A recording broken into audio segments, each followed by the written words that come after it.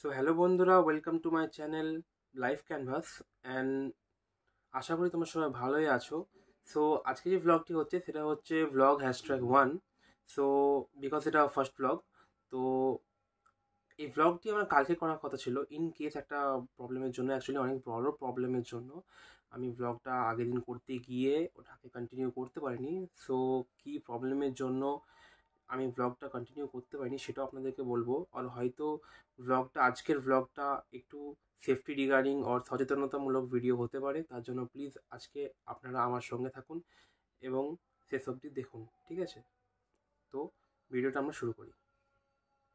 যেহেতু পরশু দিনকে ছিল সানডে, সেহেতু আমরা অনেক কটা বন্ধু মিলে প্ল্যান করেছিলাম যে তাহলে সানডে রাইডে বাইক নিয়ে বেরোনোই যায় এবং তার সাথে সাথে ভ্লগিংটাও হয়ে যাবে।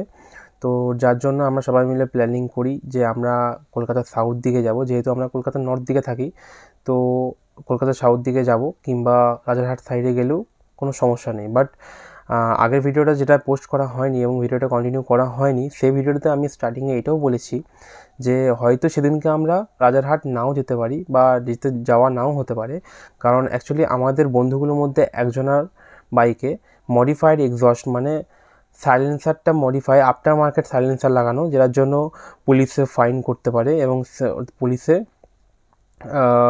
বাইকটা সিজও করে নিতে পারে।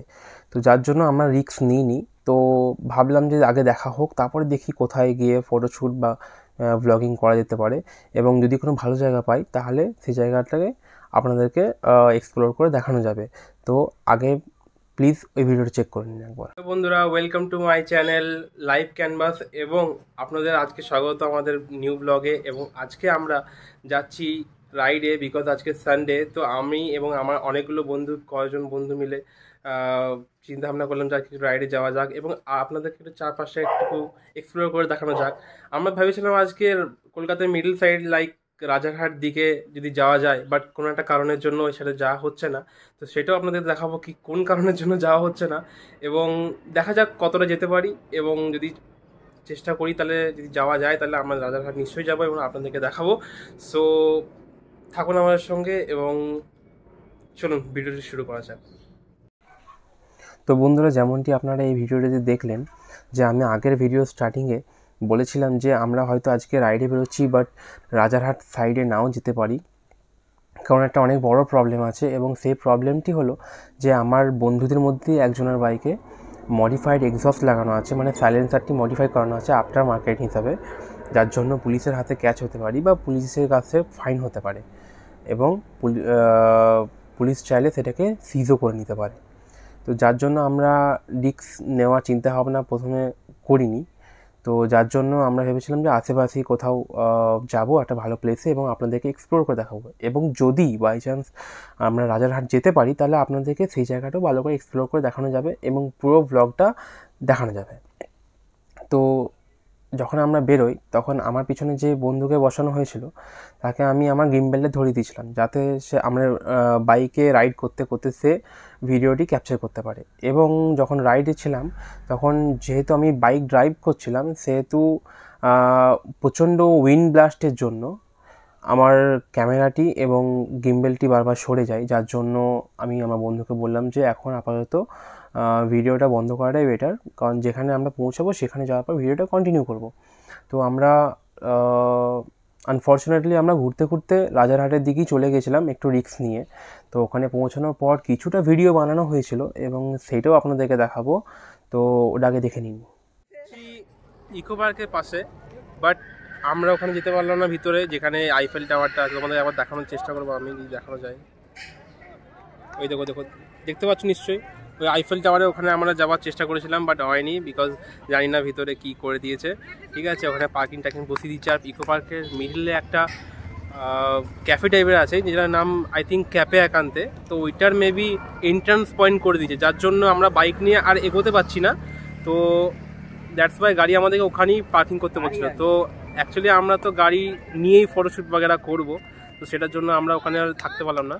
তো তাই জন্য আমার বন্ধুরা হয়তো এখানে ফটোশ্যুট করছে। আমার ক্যামেরাটা নিয়ে আমার ফ্রেন্ড রাজ এখন ফটোশ্যুট করছে এদের। আমার বন্ধুদেরকে নিয়ে ফটোশ্যুট করছে এখন, ওরা ওইদিকে আছে, দেখানোর চেষ্টা করব। তো বন্ধুরা তোমরা দেখতে পাচ্ছ ওরা সামনে আছে, এই থেকে আসছে হেঁটে।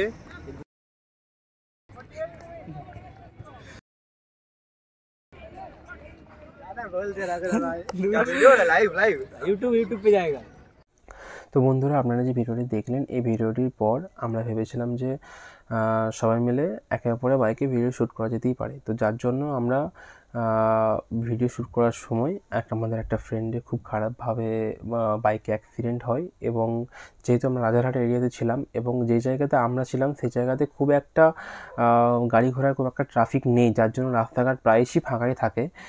সো ভিডিও শ্যুট করাকালীন ওর বাইকের স্পিড অ্যাপ্রক্স 50-60 এরকম কিছু ছিল।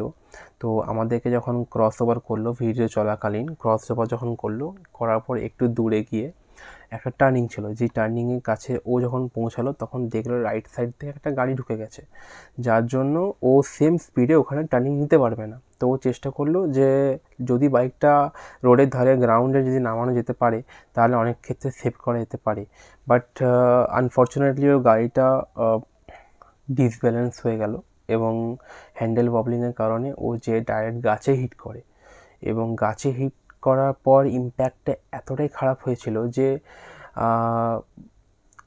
ওর মাথাটা যে ডাইরেক্ট গাছের ডালে হিট করে, এবং গাছের ডালে হিট করে। যেহেতু ও যে গাড়িটা ছিল, আপনাকে আমি দেখানোর চেষ্টা করবো, এই গাড়িটা ছিল।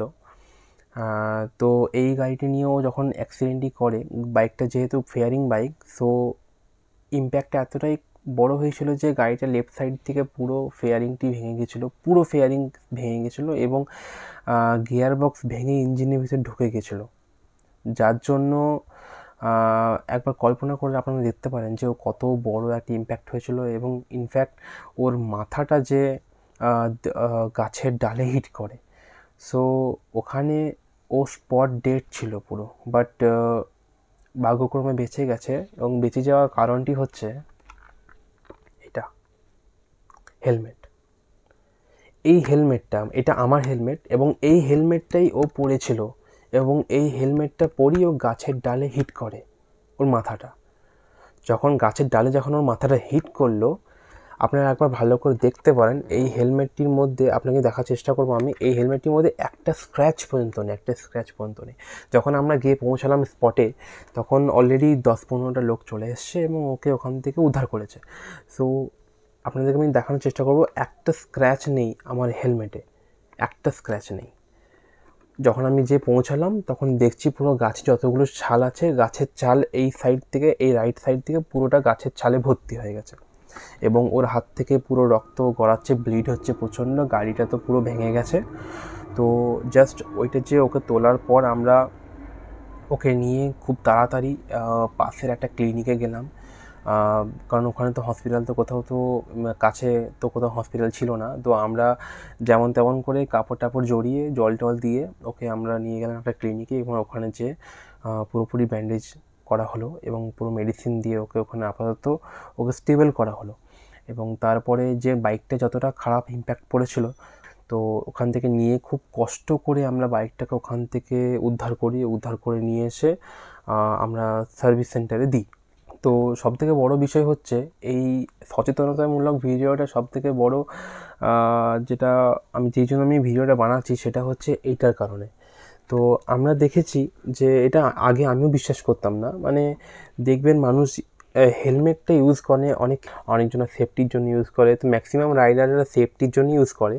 বাট আমি দেখেছি যে মানুষ যখন হেলমেট ইউজ করে তখন অনেক ক্ষেত্রে পুলিশের কাছ থেকে বাঁচার জন্য বা পুলিশকে আড়াল করার জন্য, কিংবা যাতে পুলিশ তাদেরকে কেস না দেয়, সেই কারণে হেলমেট পরে। বাট আমার তরফ থেকে একটি সাজেশন থাকবে সবার জন্য যে যাই করুন আপনারা, যখন বাইক চালাবেন তখন প্লিজ এই হেলমেটটি আপনারা পরবেন, অথচ নিজের জীবনটা বাঁচানোর জন্য। কারণ এইটি যে আপনার কতটা লাইফটাকে সেভ করতে পারে সেটা আমি আগের দিন দেখে নিয়েছি, এবং এই জিনিসটা আমিও বিশ্বাস করতাম না। আমি হয়তো ভাবতাম যে হেলমেট পরে কী হবে, একটু জাস্ট লুকস বাড়বে, ফটো ভিডিও ভালো আসবে, পুলিশের হাত থেকে বাঁচা যাবে। বাট না, এইটা আমার খুব একটা দাম না, এই হেলমেটটি খুব একটা দাম না। তো আমরা সব বন্ধুরা সেম হেলমেটই কিনেছি, তো এটা খুব একটা দাম না। তো এই হেলমেটটি যে অত কম দামের মধ্যে যে আপনার জীবনটি যদি বাঁচিয়ে নিতে পারে, এর থেকে বড় আর কি হতে পারে? আপনার জীবনের থেকে তো বড় তো আপনার বাইক না, আপনার জীবনের থেকে তো বড় আপনার বাইক না। যদি বাইকটি ভেঙেও গিয়ে থাকে, আজ না হলে কাল, কিংবা ইন্স্যুরেন্সে যদি কভার হয়ে যায় তাহলে ভালো, যদি কম খরচা ওঠে তাহলে আজ না হলে কাল তো আপনার বাইক তো ঠিক হয়েই যাবে, বাট আপনি কি জীবনটিকে আর ফিরে পাবেন? তো আমি সবাইকে একটা জিনিস সাজেস্ট করবো, দয়া করে প্লিজ পুলিশের হাত থেকে বাঁচার জন্য নয়, আপনি আপনার জীবনটিকে সুরক্ষিত করার জন্য এই হেলমেটটি পরুন। কারণ আগের দিনে আমি যেটা দেখেছি না, সত্যি আপনারা বিশ্বাস করবেন না, আমরা যতজন ছিলাম না, আমাদের এতটাই অবস্থা আমরা খারাপ ছিল যে আমরা ব্লগটিকে আগে করতে পারিনি। এবং তো সেখান থেকে যাই হোক আমরা বেঁচে এসেছি এবং আমার ফ্রেন্ডকে আমরা ওকে বাঁচাতে পেরেছি, এটাই আমাদের সৌভাগ্য। এবং সবথেকে বড় বিষয় হচ্ছে ও হেলমেটটি নিয়ে যেতে চায়নি, বাট আমি বললাম যে হেলমেটটি তুই পরে চালা, না হলে যদি বাই চান্স কোনো রকম অ্যাক্সিডেন্ট হয় তখন এই তোকে বাঁচাবে। যার জন্য এই হেলমেটটির কারণে ওর লাইফটা আজকে সেভ হয়েছে। ওটার জন্য ও আমাকে প্রত্যেকক্ষণ আমাকে থ্যাংক ইউ বলছে, যে যদি আমি ওকে হেলমেটে না দিতাম তাহলে হয়তো ও আজকে থাকতো না।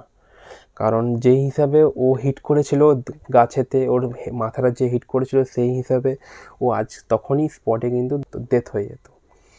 তো আমি আপনাদেরকে একটাই সাজেশন দেবো যে প্লিজ আপনারা যখন বাইক চালাবেন বা বাইরে যখন বেরোবেন টু হুইলার নিয়ে, তখন অবশ্যই দুজন বেরোলে দুজন বা একজন বেরোলে একজন, যতজনাই বেরোন না কেন প্রত্যেকজনের মাথায় যেন একটি করে হেলমেট যেন থাকে।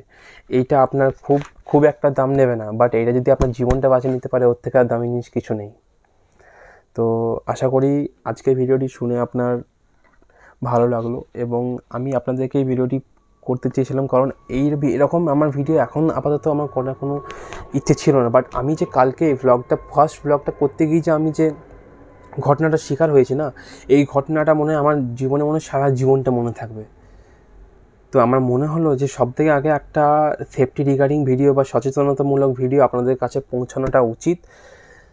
তো